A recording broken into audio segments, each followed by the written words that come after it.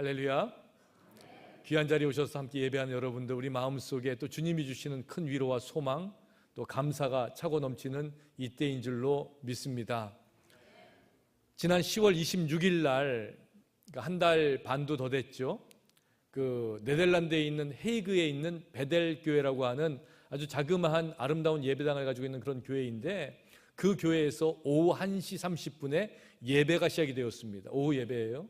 그런데 1시 30분에 시작된 예배가 1시간이 돼도 안 끝나고요, 2시간이 돼도 안 끝나고요, 5시간이 돼도 안 끝나고요, 10시간이 돼도 안 끝나고요. 놀라지도 언제까지 놀라시는지 모르겠어요. 하루가 돼도 안 끝나고, 열흘이 돼도 안 끝나고, 한 달이 지나도 안 끝나고, 그냥 쉬는 게 아니라 계속 24시간 예배가 지금까지 계속된다는 거. 한 달 반이 지났는데. 그래서 무슨 예배를 그렇게 열심히 드리는가 이렇게 봤더니, 아르메니아 출신의 탐나지안이라고 하는 사람이 애들 셋을 데리고 5명이 한 가족인데 네덜란드에 와서 9년 동안 살았대요. 근데 이 네덜란드 정부에다가 정치적인 망명을 신청합니다. 본국에 돌아가면 정치적인 탄압 때문에 위험에 처할 수가 있기 때문에 내가 이 나라에 살아야 되겠습니다. 그래서 그 망명 신청이 받아들여졌다가 어떤 이유인지 모르지만 다시 기각이 되면서, 취소가 되면서 이 사람이 강제 출국될 위기에 처한 거예요, 온 가족이. 근데 그 아이들은 어릴 때 와서 9년이 지났으니까 뭐 어떻게 자기네 나라 들어가면 살겠습니까? 또 정치적인 탄압을 받고 있는데요. 그래서 이 탐나지안 씨 가족이 무조건 교회로 뛰어들어서 이 교회의 보호를 요청했다는 거예요. 그 교회 이름이 뭐라 그랬어요? 베델. 베델의 뜻은 하나님의 집이란 뜻이거든요. 하나님의 집에 찾아온 어려운 일 당한 사람을 어떻게 내몰 수가 있겠습니까? 그런데 이 교회가 갈등에 생긴 거예요. 우리 교회에 찾아온 어려움 당한 이웃을 도와줘야 되는 것은 분명하지만 또 한 가지는 뭐냐면 나라와 정부가 세워놓은 법도 지켜야 되는 거잖아요. 그래서 이 교회에서 어떤 생각을 하게 되냐면, 법은 법대로 지키고 또 교회 역할은 교회 역할대로 해야 되겠다. 근데 그 네덜란드 정부에 어떤 법이 있냐면, 어떤 일이 있어도 종교기관에서 예배나 종교 의식을 할 때에는 공권력이 투입되지 못하는 거예요.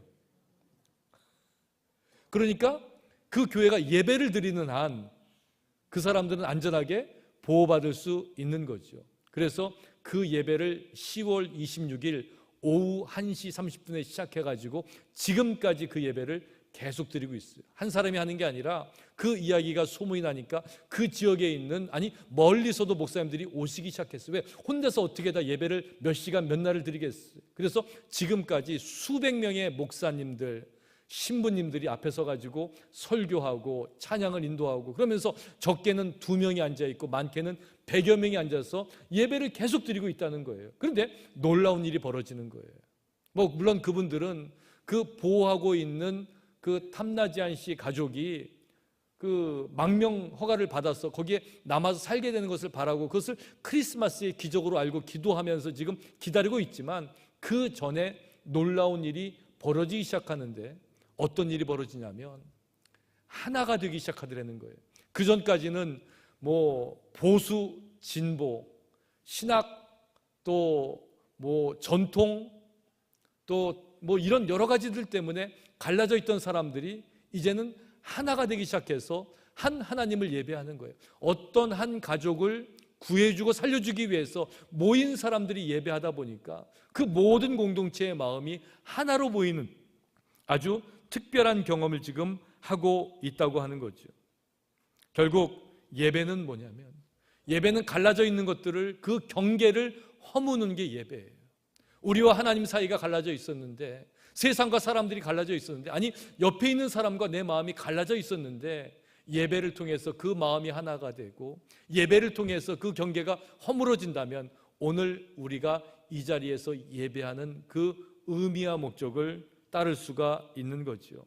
오늘 우리가 드리는 예배가 바로 그 예배가 되기를 주님의 이름으로 간절히 부탁드립니다.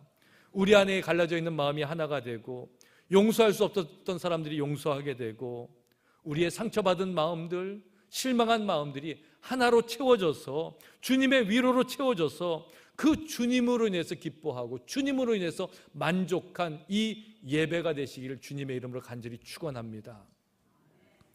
주님의 탄생을 기다리며 우리는 또 하나의 초를 켰습니다. 여기 위에 보시면 초가 이제 3개가 켜져 있죠. 대강절 4주 동안 저희는 하나하나 촛불을 켤 때마다 주님의 오심을 기억하면서 이 땅에 오신 빛으로 오신 예수님을 기다리는 마음을 담아서 이 초의 불을 밝히고 있습니다. 그냥 초가 하나 둘 셋 4개가 있는 게 아니라 이 초 안에는 그 안에 담겨 있는 의미가 다 있다 그래요. 그래서 첫 번째 초는 방황하는 인생들 그 어둠을 뚫고 이 땅에 오셔서 빛으로 우리를 구원으로 인도하시는 그 희망의 빛이 이 초에 담겨 있습니다. 또 예언자들을 통해서 하나님의 말씀을 선포하시고 그 말씀을 통해서 우리 인생을 새로운 약속으로 이끌어 주시는 그 언약이 이 초에 담겨 있습니다. 또 주님께서 우리와 함께 하심으로 누리게 되는 그 기쁨을 상징하는 초가 또 하나 밝혀지게 되어 있습니다. 그리고 평강의 왕으로 오셔서 우리의 지친 영혼을 감싸주시고 위로해 주시는 은혜의 주님, 그 은총의 초를 또 하나 켜게 되어 있는 것이죠. 그래서 우리는 희망과 기쁨, 약속과 그 은총의 마음을 이 초에 담았습니다. 여러분들 이 초를 보실 때 또 여기 추리를 보실 때 이 빛을 보실 때마다 빛으로 오셔서 우리에게 희망이 되시고 우리 약속이 되시고 우리의 기쁨이 되시고 우리의 은혜가 되시는 은총이 되시는 그 주님을 기억하시는 이 절기가 되어야 될 줄로 믿습니다. 여러분들 성탄 되면 다 분주하시죠? 저도 얼마나 분주한지 모르겠어요.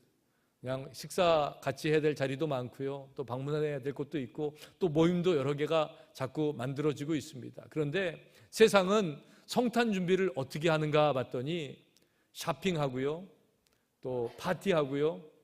또 선물 사고 뭐 카드 쓰고 이게 세상이 말하는 성탄 준비인 것 같아요.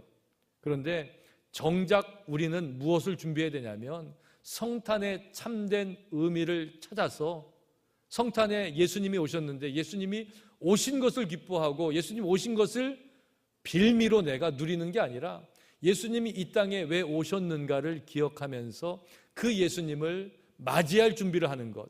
그러니까 예수님이 이 땅에 오신 이유를 생각하는 것이 진짜 우리가 준비해야 될 부분이라는 거예요. 제가 지난 주간에 우리 교회 권사님 한 분을 신방했는데 이 권사님 우리 교회 오래전에 다니시다가 제가 여기 부임한 이후로는 예배 때는 참석을 못 하셨어요. 몸이 좀 불편하시고요. 나이가 많이 드셔서 지금은 양로병원에 계시는데 오렌지 카운티 좀 멀리 계셔가지고 자주 뵙지 못하는데 제가 마음속에 그냥 올 한 해도 다 지나가는데 올해 이때도 못 뵈면 너무 마음이 아플 것 같아서 그냥 억지로 우리 이제 찾아갔어요. 우리 이해란 권사님 어머니 되시고 우리 이민호 권사님 장모님 되시는 홍정숙 권사님이라는 분이 계세요. 그래서 얼마나 또 건강하게 또 잘 지내시는지 제가 찾아뵙고는 너무나 감사를 드렸어요. 뭐 나이가 90이 되셨다 그러는데 찬송을 딱 피니까 그냥 찬송가가 그냥 나오는 거예요. 보지 않는데 외워서. 그래서 신앙의 힘이라는 게 이런 거구나. 우리가 늘 평소에 늘 찬송하고 기도하는 분들은 그냥 찬송가만 시작이 되면 머릿속에서 다 불러나오면서 은혜가 되는 것을 느끼면서 제가 참 신앙의 힘을 다시 한번 깨달았어요. 제가 말씀을 전하면서 먼저 이런 얘기를 했어요. 권사님, 한 해 동안도 하나님께서 권사님 잘 지켜주셔서 감사하죠. 그랬더니 권사님 감사하시대요. 한 해 동안 지켜주신 게 얼마나 감사하겠어요. 뭐 그 권사님뿐만 아니라 우리 모두 다 감사하지 않아요. 돌아보니까 한 해 동안 여기 있는 게 기적이잖아요. 얼마나 세상이 험해요. 그런데 이 자리에 앉아서 예배할 수 있다는 거 너무나 감사해요. 권사님 감사하대요. 비록 양로병원에 계시지만 몸이 불편하지만 그래도 감사하다는 거예요. 그렇죠? 그러면서 제가 이제 이렇게 말씀드렸어요. 권사님, 한 열흘만 있으면 성탄절 다가오는 거 아시죠? 그러니까 제가 거기 가보니까 양로원에 계시니까 시간 가는 줄 모르겠더라고요. 달력은 있는데. 그래서 그랬더니 알고 있대요. 그래서 또 하나 물어봤어요. 권사님, 성탄절이 무슨 날이에요? 이렇게 물어봤어요. 그랬더니 권사님이 뭐 목사가 뭘 그런 걸 물어? 라는 눈빛으로 너무 쉬운 거 너무 당연한 걸 묻는다고 성탄절이 예수님 탄생한 날이죠. 정확하게 말씀하시는. 근데 저는 이제 물어본 이유가 있었죠. 그거 뭐 테스트하는 게 아니라 그렇게 이제 말을 다 꺼내가지고 또 권사님 90 넘으셨는데 또 언제 하나님 부르실지 모르잖아요. 근데 마지막에 목사가 뭐 하겠어요? 이 권사님 천국 가게 해드려야 돼요. 그러니까 혹시라도 또 구원의 확신을 잃어버리셨을까 봐 다시 한번 리마인드 해드리기 위해서 또 그렇게 한번 물어본 이제 말을 꺼낸 거예요. 근데 이 권사님이 그 예수님 탄생한 날이죠 라고 하면서 저에게 되묻는 거예요. 아주 천연덕스럽게 그냥 친구한테 얘기하는 것처럼 저에게 뭐라고 묻냐면, 근데 목사님 예수님 진짜 생일 아니죠? 이렇게 물어보는 거예요. 순간 당황했어요. 왜냐하면 예수님이 진짜 생일, 가짜 생일, 이거는 뭐 신학교에서 막 고민하고 이래야 되는 건데 우리는 그냥 12월 25일이 성탄절이 예수님 생일이라고 믿고 있잖아요. 물론 진짜 생일은 아무도 모르죠. 근데 그냥 우리 기독교 전통에서 12월 25일을 예수님의 탄생일로 기억하고 또 동방 전통에서는 1월 6일을 이제 지키는 거죠. 하지만 우리 기독교 전통에서는 12월 25일을 예수님의 탄생일로 이렇게 지키고 있어요. 이렇게 제가 대답을 하고 이제 본격적인 이제 구원의 질문을 제가 드렸어요. 권사님, 근데 예수님이 왜 오신 줄 아세요? 그랬더니 아주 권사님이 또박또박하게 그거야 나의 죄 때문이지. 나의 죄 때문이지. 예수님 나의 죄 때문에 오셔서 십자가를 지시고 나의 죄를 구속하시고 돌아가셨기 때문에 내가 구원을 얻었다는 아주 분명한 구원의 고백을 하셨어요. 얼마나 감사한지 모르겠어요. 몸이 불편한데 또 때로는 정신도 오락가락 하는데 때로는 뭐 마음껏 의사표현할 수 없는데 그때는 너무나 분명하게 그 말씀을 해주셔서 제가 오히려 큰 은혜를 받고 왔어요. 그래서 제가 원사님 붙잡고 아주 간절하게 기도했어요. 기도하는데 갑자기 아멘 소리가 커지는 거예요. 봤더니 룸메이트 할머니 권사님이 옆에 또 오셨어요. 그런데 아멘을 얼마 잘하시는지 또 알고 보니까 룸메이트 권사님은 또 우리 서혜주 집사님의 며느리의 할머니예요.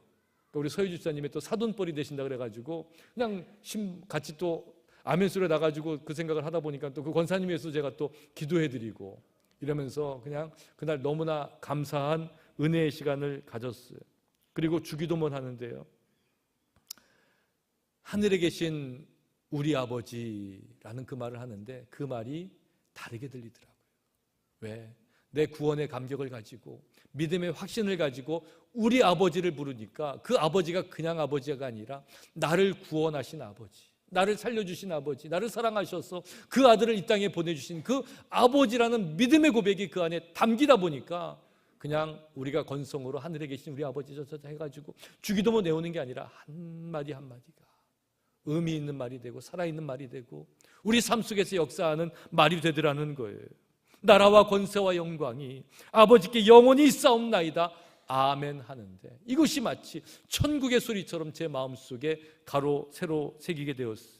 여러분, 매년 다가오는 성탄은 우리의 믿음을 점검하는 시간이에요. 성탄절이 됐기 때문에 교회에서 축하하고 기뻐하고 카드 나누고 뭐 선물 사서 이렇게 나누고 이런 것만이 아니라 참된 예수님이 오신 의미, 예수님이 이 땅에 오신 그 참된 의미를 기억하는 이 성탄절기가 되시기를 주님의 이름으로 간절히 부탁을 드립니다. 제가 여러분에게 물어볼까요? 예수님 이 땅에 왜 오셨을까요? 바로 우리의 죄, 여러분의 죄, 나의 죄 때문에 이 땅에 오셨어요. 근데요, 이 죄는 뭐냐면 하나님과 우리의 사이를 가로막고 있는 거였어요. 하나님 앞에 가고 싶어도 나갈 수가 없었어요. 하나님 앞에 기도하고 싶어도 기도할 수 있는 그 길이 없었어요. 그런데 예수님께서 이 땅에 오셔서 십자가 위에서 그 가로막힌 것을 다 허물어 주신 거예요. 허물어 주시고 나니까 이제 우리가 하나님 앞에 나아갈 수 있는 거죠. 막혀있던 담이 허물어지고 나니까 그때 어떤 일이 생기냐면 그제서야 우리 삶 가운데 평화가 찾아오더라는 거예요. 그래서 이 땅에 오신 예수님을 뭐라 그러냐면 평화의 왕이라고 부르는 거예요. 지극히 높은 곳에서는 하나님께 영광이요, 땅에서는 하나님이 기뻐하신 사람들 중에 평화로다 하니라. 이 땅 가운데 평화를 주시기 위해서 평화의 왕으로 오신 그 주님을 바라보는 시간이 바로 이때예요. 그런데 사람들은 그 평화를 잘못 이해해요. 평화를 어떻게 이해하냐면 힘이 있어야지 평화하지, 돈이 있어야지 평화롭지, 직장이 안전해야지, 연금이 나와야지, 그래야지 내가 평화로울 수 있다고 생각하며 살고 있어요. 돈 많이 벌고 저축하고 운동하고 건강관리하고 좋은 집 살고 전쟁 없는 나라 안전한 곳에 이사가서 그곳에 담을 높이 쌓고 시큐리티 카메라 달고 이렇게 살면 이게 평화로운 세상이라고 착각을 해요. 그런데 정말 그래요? 그러면 미국에 사는 사람들은 모두가 다 평화로워야 되나요? 그렇지 않다는 거예요. 세상 살다 보니까 많은 것을 누렸는데, 좋은 곳에 살고 있는데, 많은 것을 얻었는데 여전히 마음속에 불안함이 생겨요. 마음속에는 여전히 평화를 잃게 만드는 일들이 일어난다는 거예요. 사람들은 그래서 예수님이 오실 때, 예수님이 오시면 힘으로 그 나라를 평화를 이룰 수 있다고, 그 나라의 평화를 이룰 수 있다고 생각했어요. 예수님 당시 사람들이 그 평화를 생각했기 때문에 예수님이 오실 때 적극적으로 환영했잖아요. 종려나무 가지를 흔들면서 호산나 부르면서 찬송하리로다 주의 이름으로 오시는 왕이요, 하늘에는 평화요, 가장 높은 곳에는 영광이로다, 이렇게 노래하면서 주님 오심을 기다렸어요. 하지만 힘에 의한 평화는 예수님이 의도하셨던 평화가 아니었지요. 힘에 의해 유지되는 평화는 또 다른 폭력의 표현이었고 잠재된 억압, 숨지기는 전쟁에 불과했어요. 예수님은 예수님 방식대로 평화를 이루기 위해서 이 땅에 오셨어요. 예수님의 방식은 뭐냐면 사랑이라는 거였죠. 마음과 목숨과 뜻을 다하여 주 너의 하나님을 사랑하라고 하셨어요. 내 이웃을 내 몸과 같이 사랑하라고 하셨어요. 예수님이 이 땅에 평화를 이루는 방법은 하나님을 사랑하고 이웃을 사랑함으로 평화를 이루는 것이었어요.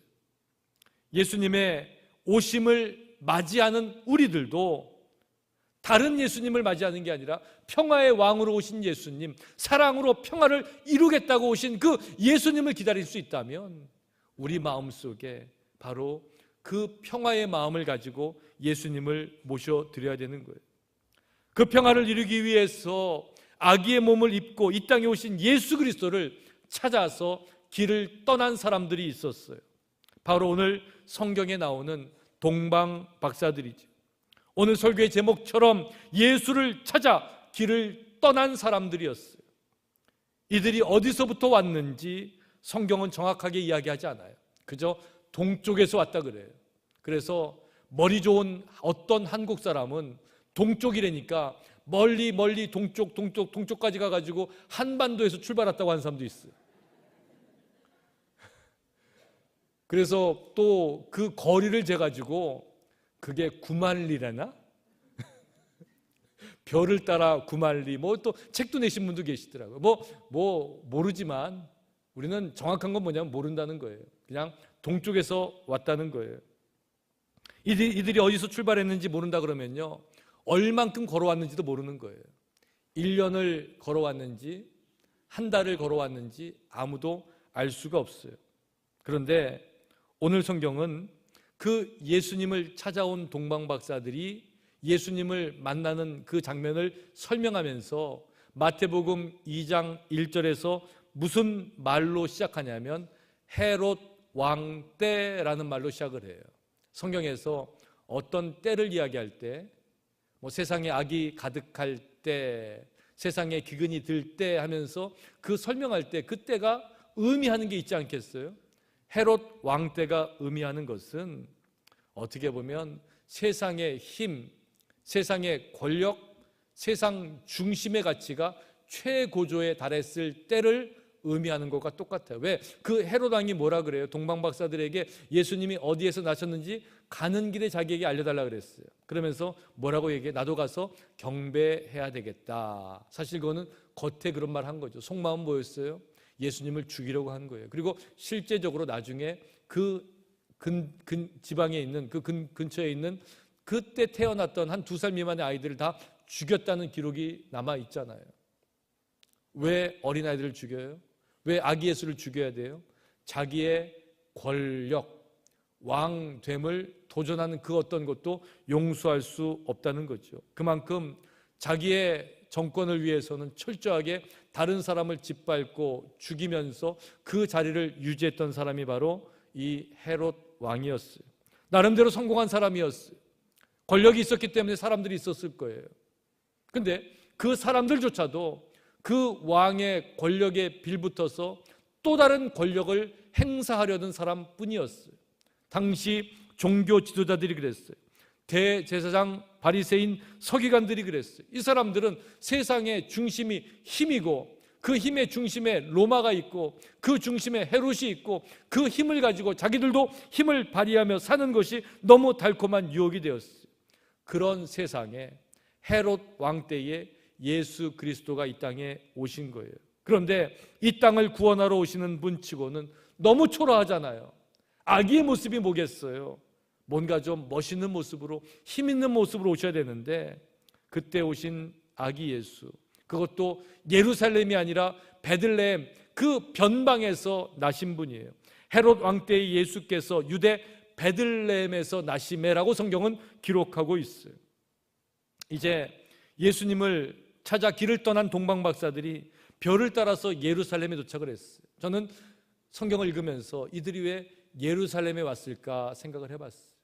별을 따라왔으면 그 별이 바로 베들레헴까지 알려줬어야죠. 근데 그 예루살렘에서 헤롯을 만나면서 헤롯과 이야기하면서 세상의 중심이 사람의 권력과 힘에서 이제 하나님으로 옮겨가는 과정을 지금 설명하고 있다는 생각을 하게 되는 거예요. 그들이 예루살렘에 도착해서 이렇게 물었어요. 유대인의 왕으로 나신 이가 어디 계시냐? 우리가 동방에서 그의 별을 보고 그에게 경배하러 왔노라. 유대의 왕이 어디 계시냐? 그랬을 때 그 예루살렘에 있는 헤롯을 비롯해서 그 성이 온통 소동에 휩싸였다고 성경이 기록해요. 놀란 거지요. 구테타 아니야? 뭔가 특별한 일이 일어나는 거 아니야? 여기서 아기 예수가 났다는데 나의 왕위를 위협하는 거 아니야? 이러면서 소동이 일어났다는 것을 알 수가 있었어요. 동방박사들이 예루살렘까지는 찾아왔지만 베들레헴에서 예수님이 탄생하실 것이라는 것은 알지 못했던 것 같아요. 오히려 그 베들레헴이라고 알려준 것은 헤롯 대왕이었어요. 헤롯이 대제사장과 백성의 서기관들을 모아서 그리스도가 어디서 나겠냐고 물어봤어요. 그랬더니 그 대제사장들, 서기관들이 구약을 뒤져가지고 가지고 나온 답이 뭐냐면 미가서에 나오는 말씀이죠. 베들레헴 에브라다야, 너는 유다 족속 중에 작을지라도 이스라엘을 다스릴 자가 내게서 나올 것이라. 그의 근본은 상고의 영혼에 있느니라.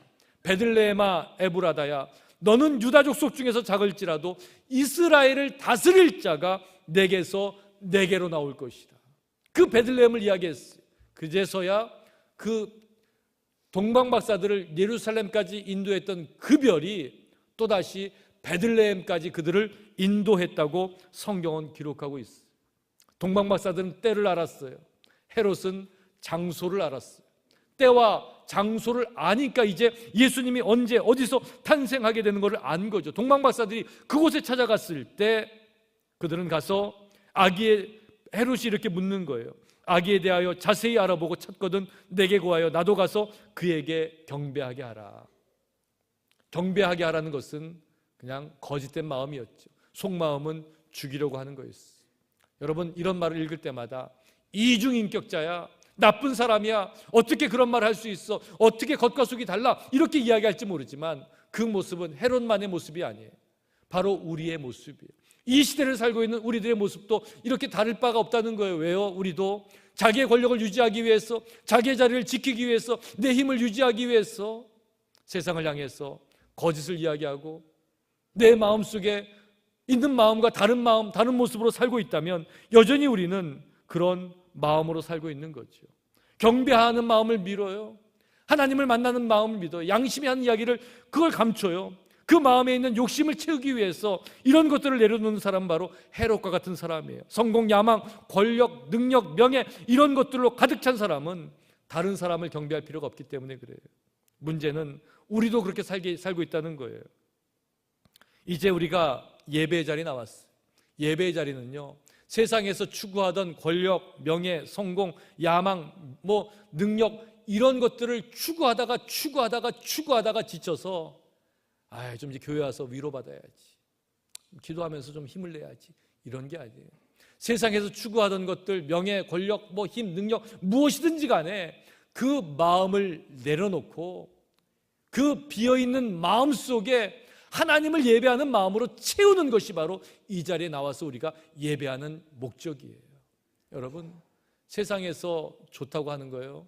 세상에서 가치 있다고 하는 거예요. 세상에서 앞섰다고 하는 것들요, 별로 중요한 거 아니잖아요. 다 내려놓으시고 그 마음을, 그 빈 마음을 오직 예수만으로 채우시는 여러분들 되시길 주의 이름으로 간절히 축원합니다. 예수님을 찾아서 길을 떠난 사람들이 또 있더라고요. 목자들이 그랬어요. 목자들은 밤에 밖에서 자기 양떼를 지키고 있었다고 그랬어요. 그들은 천사의 음성을 들었어요. 오늘 곧 다윗의 동네에 너희를 위하여 구주가 나셨으니 곧 그리스도 주시니라. 그 음성에 순종해서 그 목자들이 아기 예수를 찾아서 베들레헴에 갔어요. 그리고 그 모든 듣고 본 천사들로부터 듣고 본 모든 것을 이야기하고 하나님께 영광 올려드리고 찬송하며 돌아갔다고 성경은 기록하고 있어요. 헤로드 왕이 세상의 성공과 야망에 사로잡힌 권력의 중심이라면 동방박사들이나 또 이 목자들은 그 권력, 세상 힘의 변방에 쓴 사람들이에요. 주변에 머무는 사람들이에요. 변두리에 살 수밖에 없는 사람들이에요. 그런데 어쩌면 그 성공한 사람들, 권력을 좋아하고 쫓는 인생들보다 이런 사람들이 더 중심 인물이 되는 것, 이게 오늘 우리 성경이 이야기하고 있는 거예요. 어릴 때 주일학교에 아이들을 보면 성극을 하죠. 꼭 크리스마스가 되면 성극을 해요. 근데 조금 똘똘하고 말 잘하고 예쁘장한 아이는 마리아 역할을 하죠. 그리고 조금 똘똘한 남자아이는 요셉 역할을 하고요. 또 어린아이 중에서 제일 센 아이가 여관 주인을 해. 그래서 방 없어 쫓아내는 역할을 하게 돼 있어요. 근데 수줍음이 많아서 말 한마디 못하는 애가 있잖아요. 그죠? 그런 애들을 뭐 하겠어요? 네? 아기 예수? 천사? 네. 뭐 답은 뭐냐면 양이에요. 양. 양은 아무 말도 안 하면 돼. 그냥 가만히 있으면 돼. 근데 요거보단 조금 낫지만 그래도 수줍은 애들이 뭘 하냐면 목자들, 또 동방박사를 해요. 근데 동방박사는 대사가 필요 없어요. 동방박사는 뭐 하면 돼요? 하늘만 쳐다보면 돼요. 왜냐면 별을 보고 걷잖아요.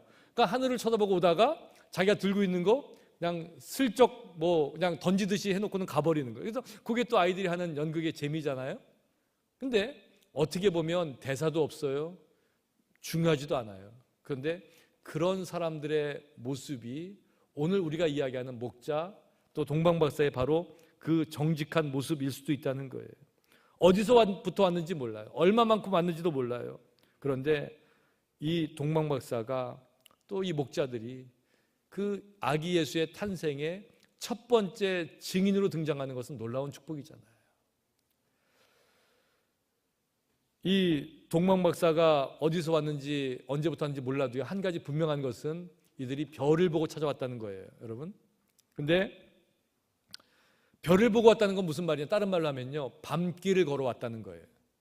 며칠인지 모르겠어요. 몇 날인지 몇 달인지 모르겠어요. 근데 이들은 밤마다 걸었을 거예요. 별을 보고 별을 찾았어. 길이 험하겠지요. 위험하겠지요. 그런데 그 밤길을 걸어왔어요. 어떤 시인이 별이라는 제목으로 시를 쓰면서 그 첫 구절을 이렇게 노래했어요. 별들의 바탕은 어둠이 마땅하다. 별들의 바탕은 어둠이 마땅하다. 이거를 풀어서 쓰면은 바탕이 어두워야지 별이 보인다. 뭐 이런 뜻이 되겠지요. 별을 보고 걷는 이들에게 어둠은 필요 없는 존재가 아니에요. 왜? 어둠이 있어야지 별이 보이기 때문에 그래요. 빨리 벗어나야지, 어둠을 벗어나야지. 아니, 이 고통스러운 어둠을 벗어나고 이 위험한 어둠을 빨리 통과해야지. 그게 아니에요. 왜? 별이 떠 있으려면 어둠이 있어야 되죠. 그래서 별들의 바탕은 어둠이 마땅하다라는 시를 읽다가 제가 나름대로 신앙적인 식구를 하나 생각해냈어요. 은혜의 바탕은 고난이 마땅하다. 그렇잖아요. 고난이 깊어야지 은혜의 별빛이 보이는 거예요. 우리는 그 은혜의 별빛을 따라 사는 거죠. 여러분, 세상이 어둡다고 이야기해요. 얼마나 깜깜한지 몰라요. 사람들이 사는 모습 보면 어두워요. 아주 깜깜해요. 악을 행하는 것이 도를 넘었어요. 세상에 일어난 사고 사건들이 얼마나 끔찍한지 몰라요. 그런데 그 어둠이 깜깜할 때에 빛이, 별이 빛나게 돼 있어요. 그리스도가 빛나는 것이고 우리들이 빛나야 되는 거예요. 그리스도의 빛을 머금은 우리들이 이 어두운 세상, 깜깜한 세상 가운데 빛의 역할을 내서 사람들이 그 빛을 보고 어둠 속에서 길을 잃지 않고 찾아가게 만들어주는 의무가 바로 우리에게 있는 것이죠. 우리는 동방박사나 목자들과 마찬가지로 그 예수님을 찾아 별을 따라 길을 나선 사람들이에요. 이들은 비록 어둠을 뚫고 먼 길을 달려왔지만 한 가지 뚜렷한 목적을 가지고 왔어요. 바로 예수님을 경배하는 거예요. 예수님을 경배했어요. 이들은 예수님 만났을 때 그들이 가지고 왔던 아주 귀한 것들, 황금과 모략과 유황을 예수님 앞에 내려놓았어요. 예수님을 찾아 길을 떠나는 이들은 동방 박사들처럼 어둠 속에서 쉽지 않은 길을 걸어야 했던지, 아니면 목자들처럼 어둠 속에서 별을 보며 밤을 지새야 했던 사람들이었어요. 하나님은 그런 이들이 아기 예수 나심의 첫 증인되게 하셔서 이들이 변방에서 어둠 속에서 고난 가운데에서 머무는 인생들이 아니라 그것을 바탕으로 해서 빛으로 이 세상에 나아가는 길이 있음을 우리에게 알려주었어요. 우리도 예수님을 찾아 길을 떠난 사람들이죠. 성탄절기만이 아니라 매일매일의 삶이 예수님을 만나러 가는 날이 되어야 할 줄로 믿습니다. 때로는 그 길이 어둠을 뚫고 가는 고난의 길일 수도 있어요. 하지만 그 어둠 속에서 맞아야 볼 수 있는 별빛이 우리를 인도하는 것처럼 이제 여러분 인생에 그 어둠을 딛고 새로운 은혜와 약속과 기쁨과 소망으로 우리를 이끄시는 그 빛을 따라서 오늘도 주님을 향해서 주님을 경배하기 위해서 믿음의 여정, 믿음의 길을 함께 떠나시는 여러분들 되시길 주의 이름으로 간절히 축원합니다.